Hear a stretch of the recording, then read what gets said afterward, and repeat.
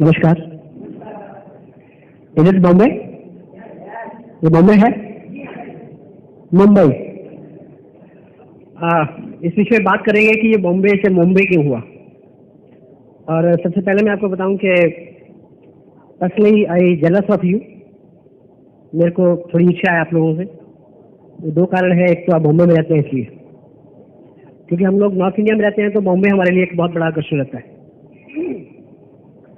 तो जिस आदमी के पास जो चीज़ होती है उसको उसकी वक़्त नहीं होती, तो शायद आपको ज़्यादा महत्व नहीं हो कि आप बॉम्बे में रहते हैं।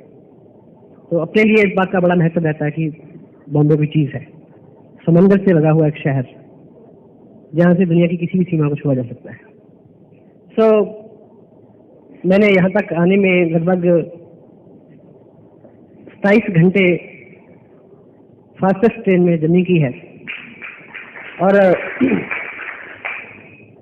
मैं ऐसी तवक्को रख सकता हूँ, आपसे उम्मीद कर सकता हूँ कि 27 नहीं तो कम से कम 7 घंटे तो आप मेरे को सुनेंगे ही आज। यस और नो? आप बॉम्बे से हैं, that's why I am jealous of you. दूसरा कारण क्या है कि एक ऐसी शख्सियत जो इस बिजनेस की बहुत कामयाब शख्सियत है, उसके साथ आपको बहुत क्लोजली काम करने का मौका मिल रहा है, मिस्टर मुकेश कोठारी। तो दूसरा ये जो कारण है, और आप सब बॉम्बे से हैं और निश्चित रूप से बॉम्बे जो है हिंदुस्तान की फाइनेंशियल कैपिटल है, तो निश्चित रूप से आप सब लोग अमीर हैं। नहीं सीधा है? यस। हाथ खड़ा करने में संकोच नहीं करेंगे। एक कथा हो रही थी, कथा होती है, इधर भी होती है, कोई माँ या कोई बापू आके कथा करते हैं। तो बापू कथा कर रहे थे, तो उन्होंने बोला कि बुजुर्ग लेडीज बैठी हुई थी सब लोग, तो उन्होंने स्टेज से पूछा भी कितनी माई हैं जो स्वर्ग जाना चाहती हैं, हाथ खड़ा करो। तो सबके हाथ खड़े। तो सबसे आगे जो माई बैठी थी उसने हाथ खड़ा नहीं किया। तो बापू जी को देख के बड़ा आश्चर्य हुआ कि she is so regular in सत्संग, कि इसने हाथ क्यों नहीं खड़ा किया। तो बाद में उन्होंने उसे पूछा कि माई, क्या तू स्वर्ग नहीं जाना चाहती? कहती चाहती हूँ। तो उन्होंने हाथ क्यों नहीं खड़ा किया? कहती मुझे स्वर्ग जाने के लिए मरने की क्या जरूरत है, अगर ये सब स्वर्ग चले जाएंगी तो स्वर्ग नहीं बन जाएगा। सो पार्ट ऑफ जोक है, डोंट टेक इट अदरवाइज। और नॉर्थ इंडिया में बॉम्बे को लेके एक बड़ा रुझान रहता है। जब कोई आदमी बॉम्बे जाता है या बॉम्बे आता है तो उसको लगता है, शायद अगर आप बाहर से आके यहाँ सेटल हुए हैं तो मे बी कभी आपको शहर ने आकर्षित किया होगा। तो उधर से कोई आता है तो उसे लगता है कि जैसे बॉम्बे रेलवे स्टेशन पे ट्रेन उतरेगी तो शायद शाहरुख खान या मैं पिक्चर नहीं देखता, मेरे को ज़्यादा नाम याद नहीं है, कोई हसीना उसको लेने आएगी कि वो yes you come most welcome in Bombay. वैसे ऐसा होता नहीं है, लेकिन ऐसा लगता है कि बॉम्बे इस तरह का सिटी है। मैं कल यहाँ स्टेशन पे उतरा तो मुझे आसियान बिजनेस की अपार संभावनाएं नजर आई, क्योंकि मैंने देखा कि यहाँ सभी लोग कपड़ा पहनते हैं। तो इस बिजनेस में जब आप कुछ कामयाबी ईश्वर करे, बहुत जल्दी आप वो मुकाम हासिल करें कि आपको भी कहीं जाने का मौका मिले दूर, जहाँ पहले ना गए हों, तो वहाँ के लोगों के प्रति आपका रुझान, उन लोगों का आपके प्रति स्नेह, ये इस बिजनेस की मूल पूंजी है। वो उस पैसे से बहुत ज्यादा है जो इस बिजनेस में इनकम के माध्यम से, इनकम के रूप में मिलता है हम लोगों को। यू कैन जस्ट, आप इसको तभी फील कर पाएंगे जब आप वहाँ पहुँच जाएंगे। तो मेरी ये तवक्को है, आज मेरी कोशिश भी है कि वो सब चीज़ें यहाँ घटित हों जिससे आपकी इच्छाएं, आपकी मुरादें बहुत जल्दी पूरी हों। मुंबई, बॉम्बे के बारे में अच्छा हुआ कि इसको मुंबई कर दिया, क्योंकि बॉम्बे से जिस तरह से यहाँ पिछले दिनों ब्लास्टिंग हो रही है, बॉम्ब तो बॉम्ब वे यानी बॉम्ब का रास्ता। तो पिछले दिनों में जब सेमिनार था इधर आया तो उससे कुछ ही दिन पहले यहाँ ब्लास्ट हुए थे, 2-3 दिन पहले की बात है। तो उधर बाशी में मेरी बुआ रहती है, तो उन्होंने मेरे को बोला कि देखो भाई तुम ध्यान से आया करो, बस में ठीक से, ट्रेन में, टैक्सी में ठीक से देख के बैठा करो, ऐसे है बॉम्ब हो सकता है या। तो मैं मन में सोचूं कि यार मैं ध्यान कैसे रख सकता हूँ, ये तो बॉम्ब रखने वाले को चाहिए वो ध्यान से रखे। तो ओरिजिनली मैंने वो 12 साल पंजाब में बिताए हैं जिन दिनों पंजाब में रेगुलर ये काम होते थे, बम का फटना और गोली का चलना, वो सब चीजें हो रही। तो अभी मैं जैसे बॉम्बे में हूँ, उधर मेरा बिजनेस है आसियान बिजनेस, और मेरे आसियान बिजनेस का एक ग्रुप जम्मू में है, जम्मू कश्मीर, उधर भी आजकल कार्यक्रम हो रहा है। तो लोग समटाइम मेरे से पूछते हैं अभी कि बॉम्बे जा रहे हो और ये है, ऐसा ना हो जाए या वैसा ना हो जाए। तो इस बात में बताऊं आपको कि मैं 25 तारीख को जिस दिन आज यहाँ आने की रिजर्वेशन करा रहा था, तो 1:05 पे यहाँ पे 2 धमाके हुए थे। तो घर से मेरे को फोन आया कि कैंसिल कर दो, मत जाओ। तो मैंने एनीवे क्यों आया हूँ मैं बताता हूँ आपको, क्यों डरने लगता। और 11 तारीख को मेरी 1 बजे ट्रेन थी वहां से। सुबह मैंने न्यूज़पेपर पढ़ा तो उसमें लिखा था 11 तारीख 2nd एनिवर्सरी थी ट्विन टावर के गिरने की। उसमें लिखा था महाराष्ट्र हाई अलर्ट। तो मैडम ने बोला कि अभी भी सोच लो। सो कश्मीर है, पंजाब को मैंने जिया है, बॉम्बे में मैं आपके सामने हूँ। आप एक चीज का ध्यान रखें, आप सावधान रह सकते हैं इस चीज से, ये कुछ नहीं होने वाला। मेरे एक फ्रेंड है, उनके साथ में एक चीज शेयर करता हूँ कि अगर बम फटते हैं, गोली चलती है, कोई डरने की बात नहीं है। पंजाब में मैंने 12 साल इस चीज को देखा है। तो एहतियात क्या रखने की बात है कि देखिए, कभी भी यहाँ कभी भी कहीं भी जब कोई ऐसा हादसा होता है तो 2 कारण से लोग हताहत होते हैं।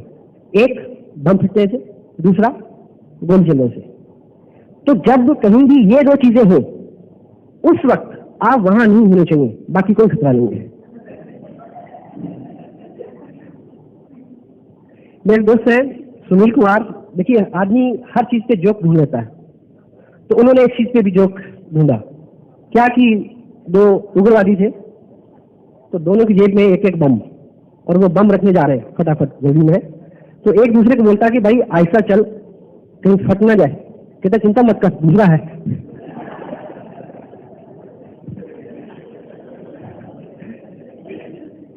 ये लाइफ का, मैं आप देखिए, ये लाइफ का पार्ट है, ये सब चलता रहेगा और जीवन भी चलता रहेगा। जब से दुनिया बनी है अलग अलग कारणों से विघटन हुए हैं, अलग अलग कारणों से, बीमारियों से, दूसरी तीसरी जगह से। लेकिन एक सोच हम सबकी होनी चाहिए कि हमारा जो उद्देश्य है जीवन में वो पॉजिटिव होना चाहिए, और अंततः जो है वो सत्य की, अंततः अच्छाई की जीत होती है। और हम सब लोग उस बेटर पार्ट का हिस्सा है। इस बात पे हम सबको गर्व होना चाहिए। मैं आपके साथ हूँ उसके साथ। Thank you very much. और हर आदमी का पहला दिन होता है इस बिजनेस में आने का। जैसे आज कुछ लोग फर्स्ट टाइम यहाँ पे हैं, तो आज से लगभग 1.25 साल पहले मेरे एक फ्रेंड है, उन्होंने मेरे को इस बिजनेस के बारे में बताया। उन्होंने मेरे को बताया कि ये बिजनेस है, इसमें कपड़ा है और इसमें इनकम है, ब्ला ब्ला ब्ला। तो उन्होंने मेरे को बताया कि मैं पिछले 4-6 महीने से इसको कर रहा हूँ, मेरे को अभी तक 2500 रुपए पर मंथ की इनकम मेरे को आ रही है। तो मेरे को by profession I am journalist, I am landscaper, मेरा लैंडस्केप का बिजनेस है। एज हॉबी बीइंग जर्नलिस्ट मैंने लगभग 12-13 साल नॉर्थ इंडिया के करीब 12 न्यूज़पेपर को रिप्रेजेंट किया है। तो उन दिनों थैंक यू, उन दिनों मैं बिजी था, और वो मेरे फ्रेंड मेरे उस प्रोजेक्ट से जहाँ मैं काम कर रहा था करीब 400 किलोमीटर दूर रहते थे। तो मैंने जल्दबाजी में कुछ सुना, कुछ नहीं सुना, तो मैं वापस अपने काम पे चला गया। तो उस दिन के 1 साल बीतने के बाद अनजाने में कोई व्यक्ति मिला, जैसे अभी कुछ लोग किया करते हैं कि जो लोग मीटिंग में आए, प्लान देखा, उनको बड़ा एक्साइटिंग लगा, वो बिना ज्वाइन किए, बिना खुद सीरियस हुए, बिना अपने स्पॉन्सर से गाइडलाइन लिए लोगों से बात करना शुरू करते हैं। उसका नुकसान क्या होता है वो इसी कहानी में आपको सुनने को मिलेगा। तो जब उन्होंने मेरे से शेयर की अपॉर्चुनिटी, उसके 1 साल बाद एक व्यक्ति मेरे को मिला, उसने बोला कि मैंने एक चीज देखी है, बहुत बड़ा पैसा बनता है उसमें। मैंने पूछा क्या? बोला आसियान बिजनेस। मेरे को स्ट्राइक किया कि ये नाम सुना है मैंने। फिर मेरे को याद आया कि हाँ, अपना आदमी ने मेरे से ये अपॉर्चुनिटी शेयर की थी। तो उन्होंने बड़ा एक्साइटमेंट में बहुत कुछ बताया। तब मेरे पास थोड़ा स्पेस था कि मैं इसको दोबारा देखूं। तो मेरे को लगा कि ये दिस इज राइट टाइम में भी। तो मैं 400 किलोमीटर ट्रैवल करके अपने उस दोस्त के पास गया जिन्होंने फर्स्ट टाइम मेरे को अपॉर्चुनिटी शेयर की थी। तो उनके ऑफिस में मैं गया, तो मैंने पूछा कि वो सज्जन कहाँ है? तो उन्होंने बोला कि वो मालदा गए हुए हैं, मालदा, वेस्ट बंगाल। मैंने क्यों? कहते बिजनेस पर्पज से। मैंने कौन सा बिजनेस? कहते आसियान बिजनेस। मेरे को और झटका लगा कि अब तो सारी हिंदुस्तान में कर लिया, अब कुछ नहीं है इसमें। तो लगभग 2-3 दिन बाद फिर मेरे को मौका मिला, मैं फिर गया वहां, फिर उनको पूछा कहाँ है वो, पता चला कि वो वेस्ट बंगाल गए हुए हैं। किस काम से? RCM business. मेरे को लगा कि अब तो इसको करने का कोई फायदा नहीं है। लेकिन थर्ड टाइम मेरे से, देखिए आप एक आदमी ढूंढते हैं जो आदमी ज्वाइन करे और काम करे, और मैंने लगातार कम से कम भी 6 महीने अपने स्पॉन्सर को ढूंढा। और उनको मैंने क्यों ढूंढा? क्योंकि जब मैं 1 साल बाद उनसे मिलने गया तो वो तब भी आरसीएम बिजनेस कर रहे थे। आप चलते रहेंगे तो कोई आपको भी ढूंढेगा और वो मेरे जैसा होगा। आप सोचिए कि जब मैं 1 साल बाद उनको मिलने गया, अगर मेरे को ये मैसेज मिलता कि वो उस बिजनेस को छोड़ चुके हैं, तो उन्होंने आज मेरे को स्पॉन्सर नहीं किया होता। Am I right? सो तीसरी मुलाकात हुई, बात हुई, ये पेपर जो साइन आप करते हैं वो मैंने किया। उसी यात्रा शुरू हुई। बॉम्बे बिल्कुल वर्जन है अपॉर्चुनिटी को लेके, यहाँ अभी कुछ नहीं हुआ है। मैंने उस एरिया में इस बिजनेस को शुरू किया जहाँ पे ये बिजनेस पिछले 2.5 साल से चल रहा था। उसके बावजूद भी पूरे विश्वास के साथ लोगों से बात की। एवरेज यस मिलती जाती है इसमें, एक लॉ ऑफ एवरेज है, उसके मुताबिक आपको रिजल्ट मिलेंगे ही मिलेंगे। दुनिया की कोई ताकत नहीं है जो आरसीएम बिजनेस को मना करे। This is yes plan.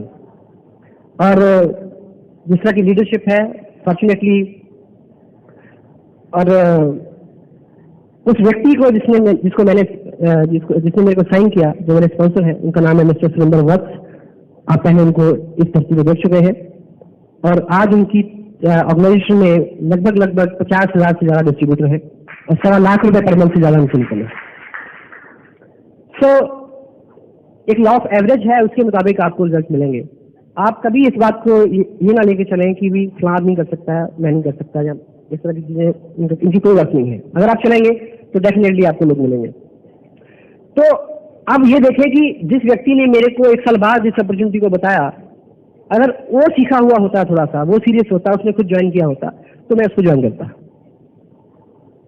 लेकिन ऐसा नहीं हुआ। सो ये छोटी छोटी बातें हैं। आज हम काफी चीजों के ऊपर बात करेंगे।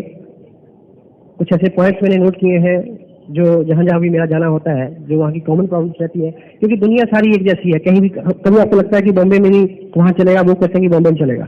ये सब अल्यूजन और कंफ्यूजन है, कहीं भी कुछ भी हो सकता है। और एक चीज का मैं आपको और प्रॉमिस करना चाहता हूँ, क्योंकि मैंने ये चीज 5-7 शहरों में देख ली है। आज हम एक छोटे से हाल में यहाँ कुछ लोग बैठे हैं, और आप देखेंगे कि आप इससे बड़े ऑडिटोरियम में 2 महीने बाद बिजनेस जाएगा, और 2 महीने बाद इससे भी बड़े ऑडिटोरियम में, और लगभग 1 साल 1.5 साल का समय आप इसके साथ रहिए। और इसी तरह का कोई बड़ा सेमिनार क्रिकेट स्टेडियम में भी होगा, ये सच है। और ये बिजनेस बढ़ेगा, इस शहर में करोड़ों रुपए का टर्नओवर होगा। लेकिन खुशी की बात यह है कि वो आपके माध्यम से होगा। जो लोग आज यहाँ पे हैं वही वो लोग हैं जिनके माध्यम से इस शहर में मैक्सिमम बिजनेस होने वाला है। So you are lucky. अभी शुरू में जो लोग हाल ही में बिजनेस में आए हैं, उनके साथ एक शुरू में दिक्कत रहती है, जो अमूमन आदमी के साथ रहती है। हम लोग एक्सपर्ट्स ढूंढना शुरू करते हैं कि फलां आदमी, उसने फलां एमएलए में बहुत अच्छा काम किया था, अगर वो आ जाएगा तो बहुत अच्छा हो जाएगा। या मैं तो उन लोगों को ज्वाइन कराऊंगा जो काम करें। ये सिद्धांत बिल्कुल गलत है, क्योंकि आप प्री जज कर रहे हो। आप कभी नहीं बता सकते कि ये व्यक्ति काम करेगा और ये नहीं करेगा। आपको इस बिजनेस में एक किसान की तरह काम करना है। किसान किस तरह से काम करता है? किसान कभी भी बीज बोते हुए किसी बीज को पकड़ के ये पूछता नहीं है कि बता तू उगेगा कि नहीं उगेगा। अगर तो उगेगा तो तेरे को बोल, नहीं तो नहीं बोल। सही है गलत? तो जो भी लोग कपड़ा पहनते हैं, जिनके घर में भी चाय बनती है, जो भी लोग कभी कभी नहाते हैं 5-7 दिन में एक बार ही सही, वो सब लोग इस बिजनेस में काम कर सकते हैं। देखिए, अगर हमें पता हो कि कौन चलेगा कौन नहीं चलेगा, महेश भट्ट की कोई फिल्म फ्लॉप ही ना हो। हेलो, हो सकती है जी? अगर उसको पता हो कि कौन सी चलेगी कौन सी नहीं चलेगी, तो वो फ्लॉप होने वाली बनाएगा ही नहीं। सही है? अगर हमारे पेरेंट्स को पता हो कि कौन सा बच्चा लायक निकलेगा कौन सा नालायक, मैं और आप तो पैदा ही ना होते। ये ईश्वर का शुक्र है कि किसी को पता नहीं है, इसलिए हमें जरूरत है। सो प्री जजमेंट जो है बहुत गलत है। कोई भी आदमी किसी भी तरह का है, किसी भी एटीट्यूड का है, जब इस बिजनेस में आ जाएगा तो इस बिजनेस की रंगत उसके ऊपर जब चढ़ेगी, वो अपने आप अंकुरित होगा, पेड़ बनेगा, फल आएंगे उसके ऊपर। समय लगेगा, लॉ ऑफ नेचर के अकॉर्डिंगली इस बिजनेस में काम होना है। इसलिए किसी भी तरह की जो प्री जजमेंट है वो आपके बिजनेस को बहुत पीछे रख सकती है। प्री जजमेंट नहीं करें, सबको समान रूप से बिजनेस दिखाएं और उनको इस बिजनेस में काम करने का मौका दें। और सभी लोग कामयाब होना चाहते हैं, और ये बड़ी अच्छी बात है कि इस बिजनेस में, ऐसे बिजनेस में पिछले 3 साल में बहुत सारे लोगों ने बहुत सारा काम करके एक ऐसा मैप बना दिया है कि उससे चलते कोई भी कामयाब हो सकता है। जिस तरह से आजकल माहौल है, स्पेशली जैसे कश्मीर में हो रहा है, वहाँ एक चीज आती है कि जब रोड के ऊपर माइन बिछा दी जाती है ब्लास्ट करने के लिए। तो सपोज यहाँ माइन बिछी हुई है, नीचे बम है, आपको नहीं पता, और एक आदमी एक्सपर्ट है, वो आदमी ऐसे पांव रख के ऐसे आगे बढ़ के, उसको पता है कि कहाँ बम है कहाँ नहीं है, तो वो निकल गया। तो यदि आप बुद्धिमान है तो आपको निकलना है, तो सुरक्षित निकलना है, तो आप उसके पांव के ऊपर पांव रखते रखते, पश्चिम पे चलते चलते उसको क्रॉस कर सकते हैं। क्योंकि आप मनमानी करते हैं, इसी वजह से आपका बिजनेस और आपका तेज रहता है। खुशनसीबी से the people like Mukesh Kothari, Surendra बस, भागचंद जी, कैलाश जी, कनक जी की अध्यक्षता में ये सारा काम हुआ है।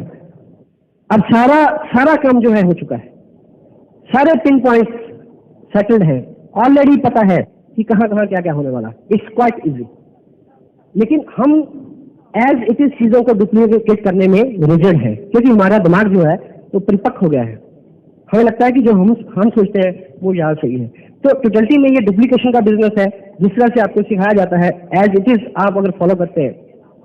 और कामयाबी के लिए हम कामयाब लोगों के उदाहरण देते हैं। लेकिन मुझे एक चीज बताइए कि किसी ऐसे कामयाब आदमी की स्टोरी आप बताइए, या सुनी हो या पढ़ी हो, जो रातों रात अमीर हुआ हो। नहीं है। तो आपको एक मौका मिला, जीरो से आपने शुरू किया, जीरो से मैंने शुरू किया, हर व्यक्ति ने जीरो से शुरू किया। तो आपको यहाँ गाइडेंस फ्री है। मुकेश जी आपको सिखाते हैं तो आपसे कुछ पैसा नहीं लेते। और यहाँ पे जो गाइडेंस होती है वो ऐसी नहीं होती कि कुछ भी बता दिया, क्योंकि जो आपका अपलाइन है वो आपको वो सिखाता है जिससे रिजल्ट आए, क्योंकि उसकी इन्वेस्टमेंट हो रही है, टाइम उसका लग रहा है शुरू में। तो वो आपको ऐसे नहीं बता देगा कुछ भी कि ऐसा कर लो, क्योंकि जब तक आपने मार्केट प्लान में क्या देखा कि जब तक नीचे 32,000 रुपया नहीं बचेगा तो ऊपर आपको आपके अपलाइन को 10,000 रुपया नहीं आएगा। तो गाइडेंस ऐसी है, बिल्कुल नपी पुली। उस तरह अभी जो आप किसी हिस्टोरिकल प्लेस पे आप जाते हैं तो वहां गाइड मिलते हैं, वो गाइड अलग तरह के होते हैं। एक आदमी जयपुर गया, वहां एक जनाना महल है, उसने विजिट किया, तो गाइड ने उसको सब चीजें दिखाई, और बाई चांस उसी व्यक्ति को 1 साल बाद फिर वहीं जाने का मौका मिल गया। तो सेम गाइड बाई चांस, तो उसने गाइड ने उसको एक कमरा छोटा सा दिखाया और बताया कि यहाँ रानी नहाती थी, यहाँ इस कमरे में रानी नहाती थी। तो उस बंदे ने पूछा, यार कि 1 साल पहले मैं आया था तो तुमने बोला था कि उस कमरे में, मेरे को जाके बोला था कि रानी इधर नहाती थी। बोला जी वो कमरा रिपेयर हो रहा है, आपको क्या मतलब कि रानी इधर नहाती थी या उधर नहाती थी। वैसी उस तरह की गाइडेंस यहाँ नहीं है। यहाँ पे इतनी भी चूक करेगा कोई व्यक्ति आपके साथ, स्पेशली आपका अपलाइन, तो आपकी अपलाइन का बिजनेस बिगड़ने वाला है। बेशर्त कि हम उसको सीरियसली लें, उसको एज इट इज फॉलो करें, तो आपका काम बहुत तेजी से आगे बढ़ सकता है। और हम सभी लोग जो है, अगर आप मेरे से रिलेट करते हैं तो हम मिडिल क्लास एक सेगमेंट ऐसा है सोसाइटी का जिसको बिलोंग करते हैं। और मध्यवर्गीय परिवार जो होता है, मध्यवर्गीय जो सेगमेंट जो होता है, सुरेंद्र मोहन पाठक नॉवलिस्ट है, वो एक चीज लिखते हैं कि जो बिल्कुल जमीन सड़क के ऊपर जो आदमी आ गया है उसको कोई चिंता नहीं है, उसकी कोई प्रॉब्लम नहीं है। और बहुत ऊपर जो आदमी है वो भी उन चीजों से उभरा हुआ है। मिडिल क्लास आदमी है वो बहुत स्टेटस कॉन्शियस है, क्योंकि वो सबसे ज्यादा ईमानदार है, सबसे ज्यादा टैक्स देता है, बिजली का बिल ईमानदार से देता है, सारे काम। और उसका जो ईगो है वो नेचुरली हाई बहुत ऊपर रहता है। और ये फॉल्स ईगो है, झूठा, सच नहीं है इसमें कुछ भी। क्योंकि स्टेटस के बारे में कहा जाता है कि स्टेटस वो चीज है जब आपके पास होता है, तब जब आपके पास कुछ नहीं होता। स्टेटस वो चीज है।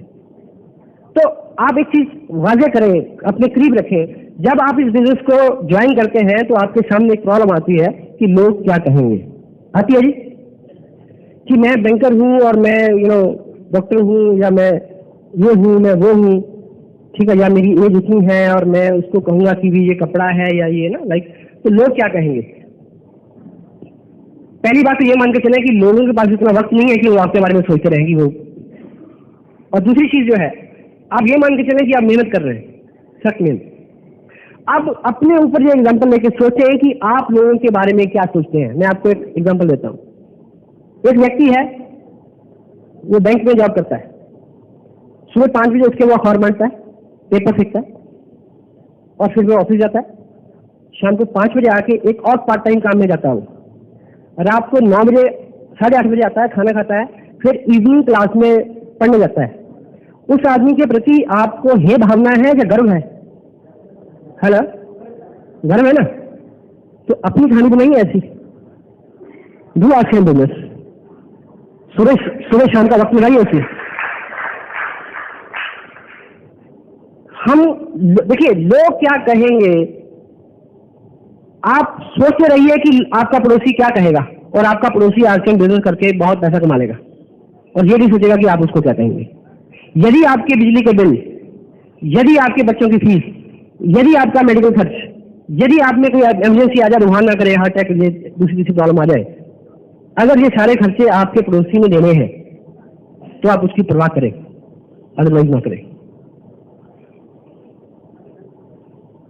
देखिए, जिन चीजों को करते हुए हम डरते हैं, उन चीजों के ऊपर तो लोग गर्व करने वाले। आप करिए तो सही है, दम में हो सकता है, यस यस हो सकता है। तो केवल आप स्टार्ट करें, जिन चीजों से आपको डर लगता है, जिन चीज को आप ये सोचते हैं, हीन सोचते हैं, उन्हीं चीजों पे आपको गर्व होना शुरू हो जाएगा। उन्हीं चीजों पे आपके पड़ोसी और आपके रिश्तेदार गर्व करेंगे। लेकिन इस दुनिया की दिक्कत क्या है, people never accompany your struggle, people accompany your success। जब आप संघर्ष करते हैं तो आप अकेले होते हैं, जब आप कामयाब हो जाते हैं तो सारे आपके साथ आ जाते हैं। तो चलेंगे? यस, चल सकते हैं, क्योंकि इस बिजनेस में इतना कुछ आसान हो गया है आज की डेट में। जिस तरह के प्रोडक्ट हैं, जिस तरह की हेल्प है, ये एक्सेसिबल है, पॉसिबल है, आप इसको कर सकते हैं। और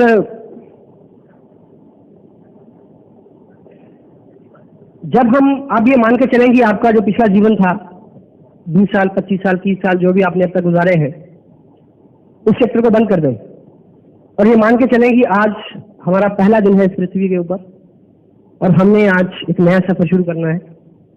और आज के आने वाले 90 दिन में आपके जीवन में बहुत कुछ आ सकता है जो पहले कभी नहीं हुआ। थोड़ा सा ये मान के चलें कि पीछे अभी तक हम बहुत सारी ऐसी चीजों को ओढ़े हुए हैं जिसको हम दुर्भाग्य मानते हैं, कि मैं तो इतना पढ़ नहीं सका, या मैं तो उस परिवार में पैदा हो गया होता, या मेरा तब एक्सीडेंट ना हुआ होता, या मेरे को तब बुखार ना हुआ होता, या मेरे पिताजी ने तब मेरे को 500 रुपए दे दिए होते, या वो प्लॉट जो 500 रुपए में मिल रहा था 2 करोड़ का है वो हमने खरीद लिया होता। ये सारा पास्ट है। और बहुत बार बहुत बुरी चीजें या बहुत ऐसी चीजें आपके साथ होती हैं जो आपको लगता है कि ये दुर्भाग्यपूर्ण है, लेकिन ईश्वर वास्तव में ऐसा नहीं करता। उसके पीछे उसका कोई ना कोई उद्देश्य होता है, हमें वो चीज भले बुरी लगे। आप ये मान के चलें आज की डेट में आप जिस मुकाम पे भी हैं वो उस माल की योजना है, और आप बिल्कुल सही जगह पे हैं। और आप कहाँ से आए हैं इसका कोई महत्व नहीं है, आप कहाँ जा सकते हैं इस बात का महत्व है। और आज ये यात्रा यहाँ से शुरू हो सकती है। और आपने एक कहानी सुनी होगी, एक लड़का था, उसके पास रोजगार नहीं था, उसने एक विज्ञापन पढ़ा, उसने लिखा था कि बस स्टैंड के ऊपर टॉयलेट अटेंडेंट की एक पोस्ट खाली है। तो उसको बड़ा उत्साह हुआ कि टॉयलेट अटेंडेंट की नौकरी मिल जाए तो बड़ा अच्छा है। तो वो नगर पालिका का जो वो बाथरूम वगैरह होता है बस स्टैंड पे, तो वो वहां गया तो उसको बताया गया कि ये आपको नौकरी मिल सकती है, बशर्ते कि ये एक फॉर्म है, आप इसमें साइन कर दें। तो उसने बोला कि मेरे को साइन करना तो नहीं आता। तो जवाब मिला कि फिर ये काम आपके लिए नहीं है। वो मायूस हुआ। जब घर को लौट रहा था तो रास्ते में उसको एक फ्रूट की दुकान उसने देखी। उसने उस फ्रूट विक्रेता को फलों को सजाने, पहुंचने और रखने का उसको हेल्प किया। उसके बदले में उसको कुछ पैसे मिले। और फिर वो उसमें आदत होगी उसको, फिर उसको उसमें काम मिल गया, फिर वो उस बिजनेस में आ गया, फिर उसकी एक दुकान हो गई, दुकान से बड़ी दुकान हो गई, बड़ी दुकान से वो एक कंपनी में शिफ्ट हो गया और उसका बड़ा लंबा चौड़ा कारोबार हो गया। फिर वो विदेशों में एक्सपोर्ट इंपोर्ट वो सारे कारोबार वो करने लगा, शादी होगी, बच्चे हो गए, टाइम गुजर गया। एक बार बहुत बड़े बैंक के साथ उसका कोई कॉन्ट्रैक्ट था, तो उसको बैंक ऑफिस में बुलाया गया, तो उसकी वाइफ साथ थी, तो बैंक मैनेजर ने उसके सामने एक डॉक्यूमेंट्स का एक पैकेट रखा, उसने बोला कि इसमें साइन करो। उसने बोला कि ये काम मेरी वाइफ देखती है, मेरे को साइन करना नहीं आता। तो बैंकर ने बड़े हैरत से पूछा कि तुम्हें साइन करना नहीं आता और तुम इतने बड़े आदमी हो, तुम्हें पता है कि अगर तुम्हें साइन करना आता होता तुम कहाँ होते? बोला पता है, बस स्टैंड पे। और पहली चीज है कि आप 100% यूजर बने, प्रोडक्ट आपने खुद पहना हुआ हो जब आप इस बिजनेस की बात करें। क्योंकि बहुत बार हमें लगता है कि यार मैं करूँ ना करूँ, लोग कर लेंगे, ऐसा नहीं होगा। शुरुआत आपसे होगी। आप कितने, आप अदरवाइज 100 चीजें कर लें, अगर आप बुनियादी चीज नहीं कर रहे हैं तो बड़ा मुश्किल हो जाएगा। गांधी जी ने संकल्प लिया कि चरखा, ठीक, चरखा चलाने का, तो गांधी जी ये कह सकते थे भी मैं इतना बड़ा लीडर हूँ, मेरे को इतने डिग्निटी से मिलना पड़ता है, इतनी दूर में ट्रैवल करता हूँ, लोग मेरे पास आते हैं जाते हैं, मेरे पास कोई काम है, तो मैं नहीं चलाऊँ तो क्या होगा, लोग तो चलाएंगे। पर ऐसा नहीं होता। कुछ भी करके उन्होंने स्वयं समय निकाला इसको चलाने के लिए। अगर आप करेंगे तो लोग करेंगे, आप नहीं करेंगे तो लोग नहीं करेंगे। जो कुछ भी आप चाहते हैं कि आपकी डाउनलाइन करे, सबसे पहले आपको अपने से शुरू करना पड़ेगा। स्वयं से शुरू करेंगे तब बात आगे बढ़ेगी। आपके तन के ऊपर कपड़ा आरसीएम का होना चाहिए। आपके घर में साबुन, चाय, जो भी आरसीएम के प्रोडक्ट हैं वो 100% यूज होंगे। वो आपकी पहली शर्त है, वो आपके लिए पहली क्वालिफिकेशन है बिजनेस को कामयाबी की तरफ ले जाने की। अगर हम वहां चूक कर रहे हैं, और मैंने प्रैक्टिकली देखा है कि बहुत देर लग जाती है लोगों को इसका डिसीजन लेते हुए, तो पहले ये तो आरसीएम का क्यों नहीं, जबकि ये पता है कि आरसीएम का बिजनेस जो कपड़ा है वो मार्केट से सस्ता है, अच्छा है, उम्दा है। ये सूट मैंने पहना हुआ है, कैसा लग रहा है? अच्छा है। क्या कीमत होगी इसकी? इसकी कीमत है 350 रुपए है। सच, इस बंदे की नहीं, सूट की। तो 350 रुपए का सूट आप ढूंढिए मार्केट में, मिलेगा क्या? नहीं मिलेगा। तो पहले आप खुद यूज करें, लोग आपसे पूछेंगे कि हाँ इतना सस्ता, इतना अच्छा, राइट। तो अगर पहली ही चीज बुनियाद का पत्थर ही अगर गलत है तो बिल्डिंग ऊपर आप कितना भी जोर लगाएं, एक कामयाब और एक सशक्त इमारत उसके ऊपर खड़ी नहीं हो सकती।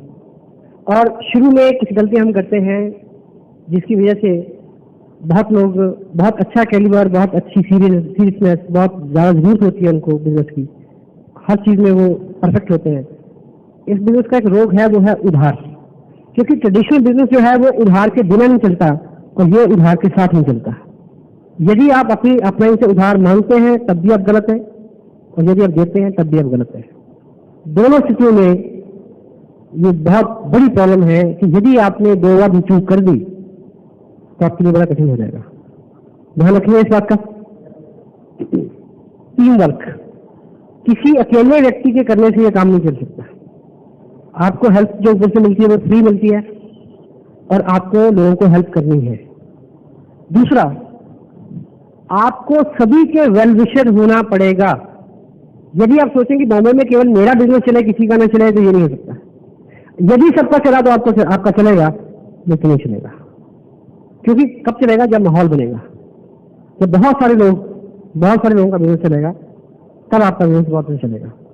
तो टीम स्पिरिट, कोई भी व्यक्ति जो आरसीएम बिजनेस कर रहा है उसके साथ आपका एक ताल्लुक है, ऐसी भावना आपके मन में होनी चाहिए। उसके प्रति उदारता, उसके प्रति आपके मन में जगह होनी चाहिए कि वो मेरा भाई बंधु है। यदि वो कामयाब होगा तो आप कामयाब होंगे। तो क्योंकि संगठन की ही तो कमी है, संगठन जिस दिन हो जाएगा उस दिन सब ठीक हो जाएगा। तो इसीलिए बहुत सारी चीजें, आधी किताबें तो हमें इसलिए पढ़नी पड़ती है क्योंकि हमारे मन में कुछ रोग हैं, द्वेष के, शंका के, दुर्भावना के, स्वार्थ के। हम सब लोग स्वार्थी हैं, लेकिन उसके अनुपात का ग्राफ जैसे नीचे आएगा, हमारे इस बिजनेस का ग्राफ वैसे ऊपर जाएगा। क्योंकि ये लोगों का बिजनेस है। जब तक आप लोगों को अपना प्रेम, विश्वास, स्नेह, उनको ये एहसास नहीं दिलाते कि आप 100% उनके हित चिंतक हैं, उनके प्रति आपके मन में ऐसा भाव जब तक उनके मन में नहीं बैठ जाता कि वो आपको अपना वेलविशर माने, तब तक बहुत ज्यादा कुछ होने वाला नहीं है। और ये 2, 4, 10 लोगों को स्पॉन्सर करने की बात नहीं है। ये 2, 4, 10, 20 लोगों को दोस्त बनाने की बात है। जब आप सिंसियर हो जाएंगे कि आपके माध्यम से वो आदमी कामयाब हो, वो कामयाब हो, आपके ऐसे टारगेट होने चाहिए। Only then you can earn lot many things out of this business. और अभी कई बार कल भी बात हुई कुछ लोगों से, आज सुबह भी बात हो रही थी कि समटाइम आप किसी से भी बात करते हैं तो वो कहता कि नहीं, आपको ऐसा रिस्पॉन्स मिलता है। इस बिजनेस में एक एहतियात है, वो इतना सेंसिटिव बात है, वो इतनी आम बात है, क्योंकि हम आसान काम करने से ही चूक जाते हैं। हमारी दिक्कत ये है, डॉक्टर हमें 1000 रुपए रोज की मेडिसिन देगा तो हम खा लेंगे, लेकिन 15 मिनट सैर नहीं करेंगे, क्योंकि मुफ्त मिलती है ना, सिंपल है।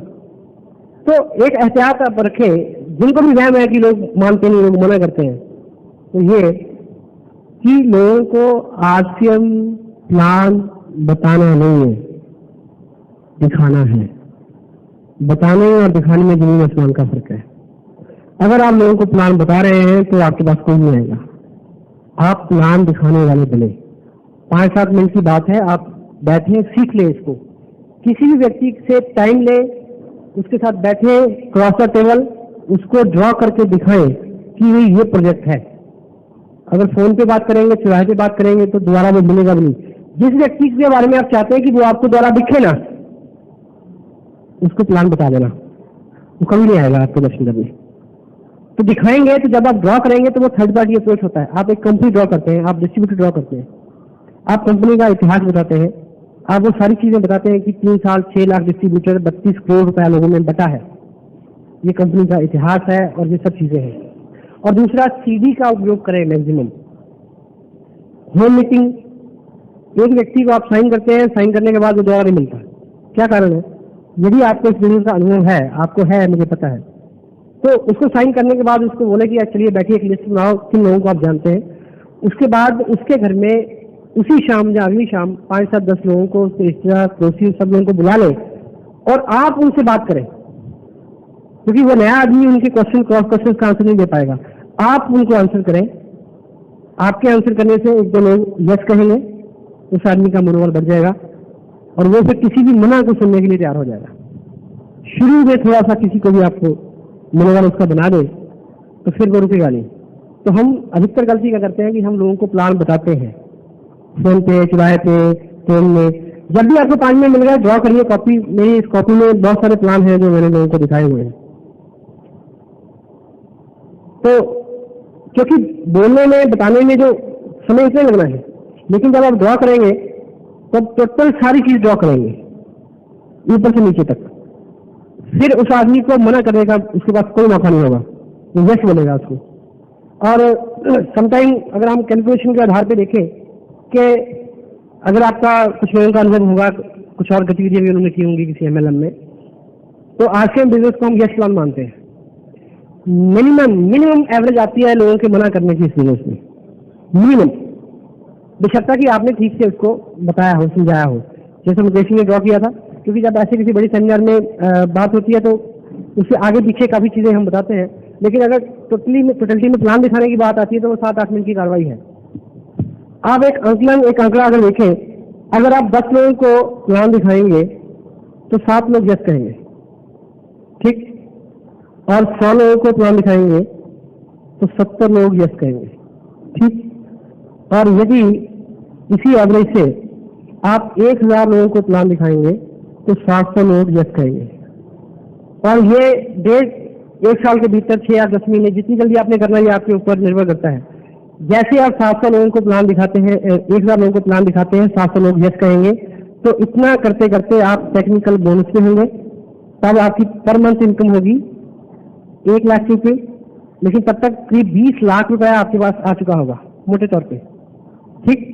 लेकिन इस कार्यक्रम को करते हुए आपने 1000 लोगों से बात की, 700 ने यस कहा, तो लोग कितने लोगों ने कहा? 300 लोगों ने। अब 300 को 20 से अगर डिवाइड करें तो 6666 रुपए 66 पैसे आते हैं एक लोग को सुनने के। जब आपको एक आदमी मना करे तो आप मान लें कि मैंने आज 6666 रुपए 66 पैसे कमा लिए। एवरेज ऐसी आनी है, लेकिन चलना पड़ेगा उतनी दूर तक। फर्क क्या है कि हमें ये पता नहीं है शुरू में, और संभवतः कई बार 10 नो सुनने के बाद हमें कंसेक्टिवली 20 यस सुनने को मिलती है। तो ये उसी तरह ये कैलकुलेशन ऐसी नहीं बनी, इसके पीछे रिसर्च है, इसके पीछे लोगों ने टाइम लगाया है। और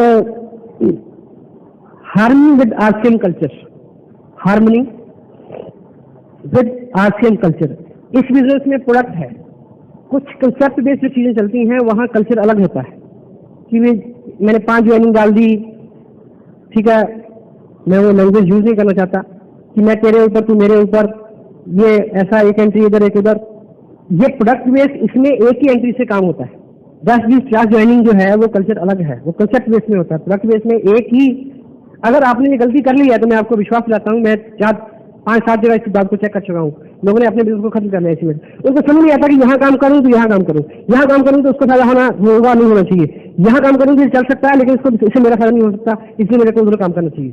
तो 2-3 महीने में आदमी एक्टिव हो जाता है, बिजनेस हाथ से बाहर चला जाता है। यदि आप ये गलती कर चुके हैं तो आप कोई भी एक आईडी चूज कर लें, केवल उसी के ऊपर काम करें, बाकी को भूल जाए, बिल्कुल दिमाग से निकाल दें, अदरवाइज कोई फ्यूचर नहीं है।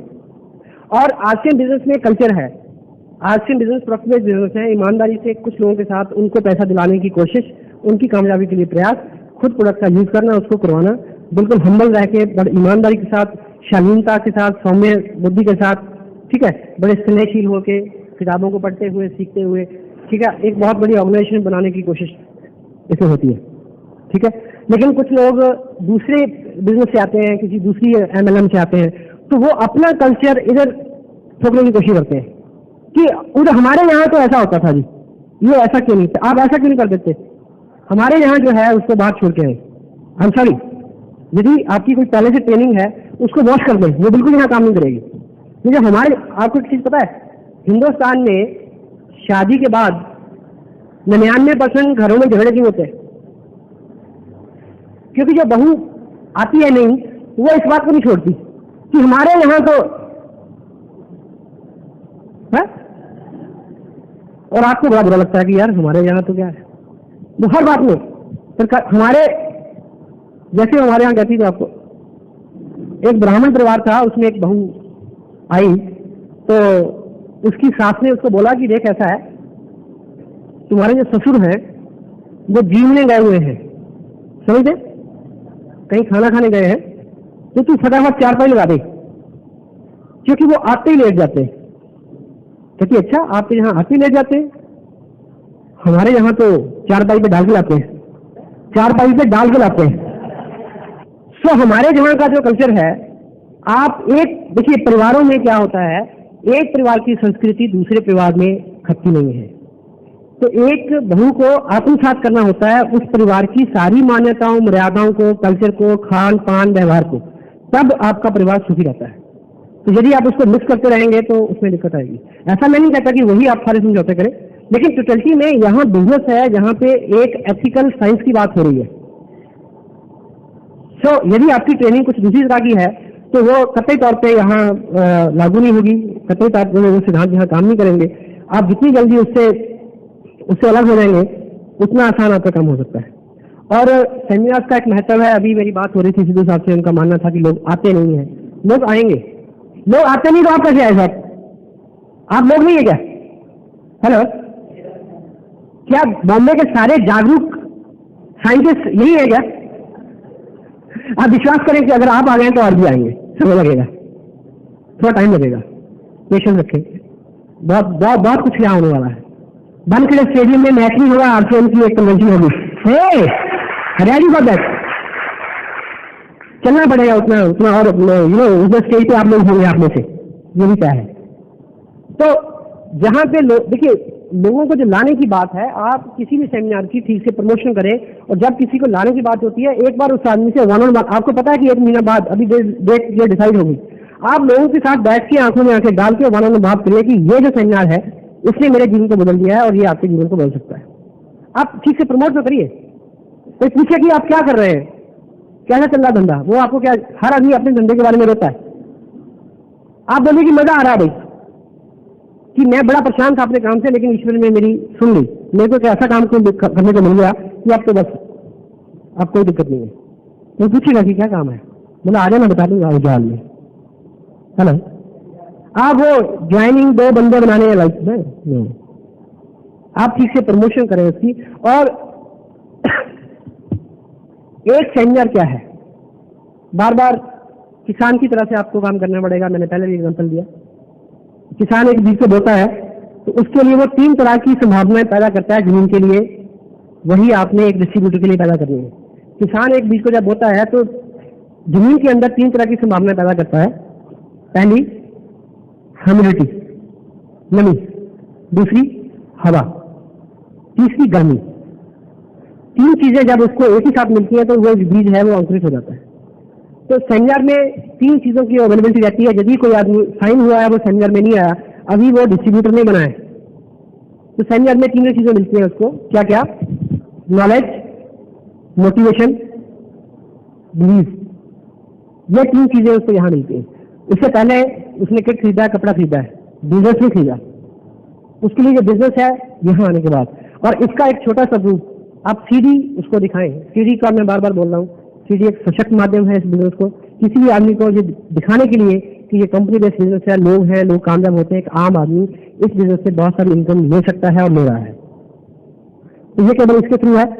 और सेकंड, जब कोई भी व्यक्ति, यदि आपको इस बिजनेस में कुछ ज़्यादा दिन हो गए हैं और आप उस लेवल को पार कर चुके हैं, तो जब भी कोई आदमी आपकी ऑर्गेनाइजेशन में कोई एक्साइटेड आदमी आता है तो आप ख्याल करें कि वो ये गलती ना करे। जो ज्वाइनिंग है, कोई भी पोटेंशियल आदमी एक ही महीने में 10, 20, 50 लोगों को ज्वाइन करा सकता है, ये होता है। उस वक्त आप इस बात का ख्याल करें कि वो अपने कॉमन फ्रेंड्स जो हैं, एक दूसरे को जानने वाले, उनको इस तरह से स्पॉन्सर करें एक लाइन में। और अपने फैमिली फ्रेंड्स और वो लोग जो इन लोगों के अच्छे जानकार नहीं है, इनको दूसरी तरफ रखें, ताकि दोनों में विवाद और खींचतान ना हो। क्लियर? हेलो, ये क्योंकि शुरू में अगर आपने ये गलती की तो समटाइम एक अच्छा चलने वाला आदमी जो है वो इस वजह से कंफ्यूज हो जाता है। आप क्या करते हैं कि आप यहाँ पे हैं, आपके 2 दोस्त हैं, एक केबल लगा दिया, एक केबल लगा दिया, आप 3 दोस्त हैं और ये दोनों ने तलाक करा दिया आपने, ठीक है? तो ये गलती ना करके अगर ऐसे स्पॉन्सर करेंगे तो आपने 5 दोस्तों को ऐसे अगर ज्वाइन कराया होगा तो क्या महसूस होगा? इसको महसूस होगा कि मेरे नीचे 4 लोग हैं, इसको अच्छा लगेगा कि 4 लोग ऊपर हैं, वो मेरी हेल्प करेंगे और मेरे दोस्त ही हैं, अगर उनको मेरे से लाभ होता है तो वो इस बात को बचा लेगा। साइकोलॉजिकली आप कभी टिकट विंडो पे खड़े होते हैं टिकट लेने के लिए, तो यदि आप खड़े हैं और आपके आगे 20 लोग हैं तो आपको पसीना आएगा कि यार मैं तो बड़ी गलत जगह खड़ा हूँ। इत्तेफाक से एक दूसरी ट्रेन आगे खड़ी होती है, उसने उसके पैसेंजर्स ने वहीं से टिकट लेना दूसरी ट्रेन का, और 100 आदमी उसके पीछे लग जाता है, आप खुश हो जाते हैं कि मेरे पीछे था। हेलो, आप वहीं पे, आपका नंबर वहीं पड़ा है, आप 20वें नंबर पे कोई फर्क नहीं पड़ा। लेकिन आप इसमें जानने वाले लोगों को ये साइकोलॉजिकली ये बड़ा अच्छा लगता है कि चलो मैं अगर नीचे भी हूँ तो मेरा बेनिफिट 4 लोगों को जाएगा जो मेरे दोस्त हैं, और ये 4 लोग मेरे को हेल्प करेंगे। और जब वो 4 लोग एक एक आदमी को भी स्पॉन्सर करके उसके नीचे लगाएंगे तो उसके नीचे भी 4 लोग हो जाएंगे, तो पसीना उसका सूख जाएगा। ठीक है? तो ये पहला एहतियात है कि जब भी कोई पोटेंशियल आदमी काफी लोगों को ज्वाइन करता है, ज्वाइन कराता है, तो यदि इस चीज का वो ख्याल रखेगा। और दूसरा, अभी मुकेश जी ने बोला था कि जो क्यों सही में ये मल्टी लेवल मार्केटिंग है और दुनिया की बड़ी बड़ी कंपनियां इसकी तरफ बहुत उम्मीद से देख रही हैं। और लेकिन जब भी कोई चीज चलती है, आपको याद है कि जब ये पिक्चर बनी थी हम आपके हैं कौन, हेलो, वो कामयाब हो गई। उसकी खासियत, पिक्चर की जो भी हो, उसके नाम की एक खासियत थी, हम आपके हैं कौन, 4 शब्द एक सेंटेंस था। तो फिर उसी तरह की 100 फिल्में बनी, दिल वाले दुल्हनिया ले जाएंगे, हेलो, एक ट्रेन चल जाता है, होता है। राजपूत ने बॉल पिक्चर बनाई थी, वो हिंदुस्तान की पहली ऐसी पिक्चर थी जो एक टीनेजर लव स्टोरी थी। उसके बाद हर फिल्म का ट्रेंड हो गया। तो जब कोई अच्छी चीज चलती है, मल्टी लेवल मार्केटिंग में कुछ चीजें अच्छी चली, उसके बाद उसके बिगड़े हुए स्वरूप लोगों ने घर घर से कंपनी ब्ला कंपनी ब्ला कंपनी ब्ला कंपनी, एक आदमी एक थैला खोलकर 10 कंपनी डाल देता है उसमें से, हेलो। तो ये माहौल है। अभी मैं आपको कुछ डॉक्यूमेंट्स दे रहा हूँ जिससे आपको जो वाज़ेह हो जाएगा कि सही और गलत चीज में फर्क क्या होता है। ये इसकी कॉपी आपको मिल जाएगी। Difference between MLM and so called MLM। पहले कॉलम में मार्जिनल डिविजिबिलिटी सिस्टम्स है, जिसमें वो सारी स्कीम्स आती हैं या वो प्रोडक्ट होते हैं जिसमें जो टेंजिबल नहीं होते। और दूसरी तरफ मेरे हिसाब से जहाँ मेरा ये हाथ है वो पेड आउट सिस्टम, जिसमें एशियन बिजनेस आता है, दुनिया की तमाम वो कंपनी जो कंपनी बेस्ड है, प्रोडक्ट बेस्ड है, जो ईमानदारी और एथिकल बिजनेस करती है। दोनों में फर्क क्या है? तो इसमें लिखा है जो मार्जिनल डिविजिबिलिटी सिस्टम है वो है शॉर्ट टर्म है, करंट इनकम है लेकिन थोड़े टाइम के लिए, कंपनी की कोई इन्वेस्टमेंट नहीं होती इसलिए भागने में उनको आसानी जाती है। वो स्कीम्स है, उसमें कोई फ्यूचर नहीं है और अनसर्टेन प्रॉफिट है, और आपकी रेपो को वो डिक्रीज करती है against the law of nature, law of nature के अगेंस्ट काम करती है। विन एंड लूज सिचुएशन होती है। अवॉइडिंग कर्ज विद मनी, आपको पैसा तो मिलता है लेकिन बहुत सारे लोग आपको बदले देते हैं क्योंकि बहुत सारे लोगों का उसमें नुकसान होता है। और दूसरी तरफ जो प्रोडक्ट बेस्ड जो कंपनीज है जिसमें लॉन्ग टर्म है, वो डिलेड ग्रेटिफिकेशन लॉ के ऊपर काम करती है और कंपनीज की उसकी बहुत बड़ी इन्वेस्टमेंट और स्टेक होती है जिसकी वजह से उनके भागने का कोई चांस नहीं रहता। प्योर एथिकल बिजनेस उसमें आपको मिलेगा, लॉन्ग टर्म डिपेंडेबिलिटी होगी, रेजिडुअल इनकम, रॉयल्टी टाइप की इनकम उसमें उपलब्ध हो सकती है और वो आपको एज ए बिजनेसमैन एस्टेब्लिश करती है। और हार्मनी विद नेचर, नेचर का जो नियम है डिलेड का, उसके ऊपर काम करती है, उसमें विन विन सिचुएशन रहती है, कोई भी आदमी उससे लूजर नहीं होता। और अवॉइडिंग ब्लेसिंग विद मनी, जब उसमें आपको पैसा मिलता है तो आपको बहुत सारी दुआएं भी मिलती हैं क्योंकि आपके माध्यम से बहुत सारे लोग इसमें कामयाब होते हैं और ये उसका लॉ है। और देखिए जब कोई शॉर्ट टर्म आप गेम में आते हैं, शॉर्ट टर्म स्कीम में आते हैं, उसमें पैसा जो आता है लेकिन वो भी आपको बहुत कुछ नहीं दे पाता, क्योंकि शॉर्ट टर्म जो मनी है, शॉर्ट टर्म जो गेन है वो शराब की तरह होता है। आप जब आपका नॉर्मल ब्लड प्रेशर ये है नॉर्मल, आप 2 घूंट पी लेते हैं तो वो उसको यहाँ ले जाएगा, लेकिन जब वो उतरेगा तो वो आपको यहाँ लाके छोड़ेगा बहुत नीचे, क्योंकि आप उसमें से कुछ पैसा तो बना लेंगे लेकिन आपकी रेपो जो है, आप दोबारा किसी के पास जाएंगे तो वो जो जितने भी लोगों को आप मैं इस बीच में बोलना नहीं चाहता लेकिन यू कैन वेल अंडरस्टैंड, ये फर्क है। कोई भी आदमी अपने आप को अगर मल्टी लेवल का जानकर बोलता है, उसके सामने ये सब चीजें रखे, इन फैक्ट्स को। Multi level marketing product based यानी टेंजिबल प्रोडक्ट जिसमें आप छू सके, महसूस कर सके, इस्तेमाल कर सकते हैं, आपकी दैनिक जीवन की जरूरत हो और आपकी उसके ऊपर 100% निर्भरता हो, उस तरह की बिजनेस की और उस तरह की अपॉर्चुनिटी की मैं यहाँ बात कर रहा हूँ। और लास्ट में मेरी बात लगभग पूरी हो गई है। 2-4 बातें मैं अपने इस तरह से आपको बोलने वाला हूँ जो मैं जानता हूँ, मैं आपको बताऊँ। आप मेरे बारे में कोई बहुत बड़ी धारणा बनाए। बिल्कुल एक मिडिल क्लास फैमिली से मैं हूँ, 2 बच्चे हैं, मेरी wife working as a officer, और मध्य वर्ग के परिवार में जितने भी चैलेंज होते हैं उनके साथ हम लोग इस कार्यक्रम को आगे बढ़ा रहे हैं। और आपका स्नेह, आपका विश्वास, आपका प्यार एक एसेट है जो मेरे को प्रेरित करता है आपके पास बार बार आने के लिए और इस काम को, इसमें शो आगे बढ़ाने के लिए। जो मैं जानता हूँ इस बिजनेस के बारे में, मैं 3 चीजें जानता हूँ। नंबर 1 ये चलता है, नंबर 2 सबको इसकी जरूरत है, नंबर 3 हर कोई इसको कर सकता है, दैट आई नो।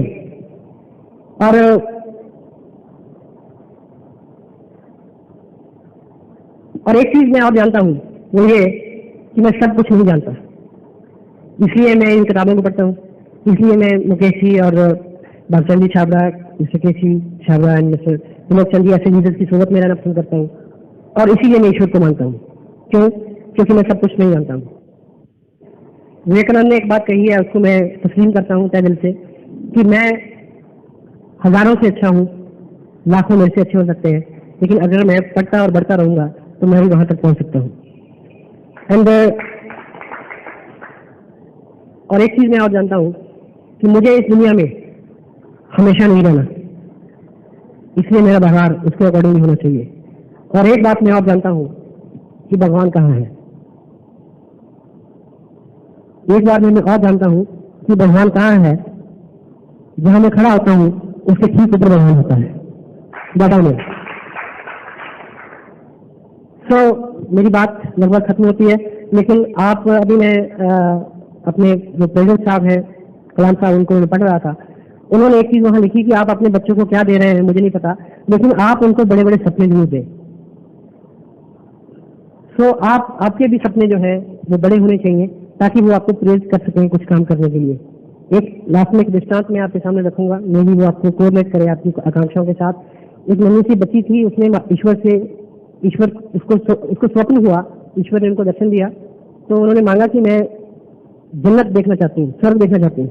तो ईश्वर ने बोला कि ये तो जिंदा जी को नहीं देख पाता, लेकिन उस बच्ची की जिद थी, उन्होंने मान ली, तो भगवान उसको स्वर्ग का दर्शन करा रहे हैं। अलग अलग जो डिपार्टमेंट्स हैं उनमें उसको ले जा रहे हैं, तो वो एक एक के बारे में पूछती है और वो उसको एक्सप्लेन करते जा रहे हैं। तो वो एक बहुत बड़े हॉल में ईश्वर उसको ले गए, जो कई किलोमीटर में बना हुआ है एक हॉल। तो उसमें बहुत सारी चीजें फ्रेश पड़ी हैं लेकिन अधूरी। एक मकान है बहुत बढ़िया लेकिन अधूरा कुछ बना हुआ। एक डिग्री है MBBS की लेकिन पूरी प्रिंट नहीं हुई है, ठीक है। ऐसे बहुत सारी चीजें हैं, बहुत सारी चीजें, लेकिन अधूरी है, वो पूरी नहीं है। तो उस बच्ची ने पूछा कि ये क्या है? तो ईश्वर ने बोला कि ये हमारे यहाँ का गार्बेज हाउस है, ये हमारा कबाड़ घर है। बोला कैसे? उन्हें बोला कि ऐसा है कि नीचे जमीन के ऊपर जब भी कोई व्यक्ति प्रार्थना करता है और उसकी प्रार्थना के साथ उस चीज को हासिल करने के लिए काम करना शुरू करता है, तो हम ऊपर उस चीज का निर्माण शुरू कर देते हैं। तो अगर आप मकान के लिए काम कर रहे हो, प्रार्थना कर रहे हैं, तो हम वो नीचे काम करता रहता है, प्रार्थना करता रहता है और हम वो उसकी कंस्ट्रक्शन करते चलते हैं। लेकिन जब वो बिल्कुल पूरा होने को आती है, गलती से वो प्रयास करना छोड़ देता है और उसकी आधी अधूरी चीज को हम गार्बेज में डाल देते हैं। तो आपके जो भी सपने हैं, जो भी ख्वाहिशें हैं, वो बिल्कुल पूरी हो सकती हैं यदि आप हकीकत में रहेंगे। Thank you very much.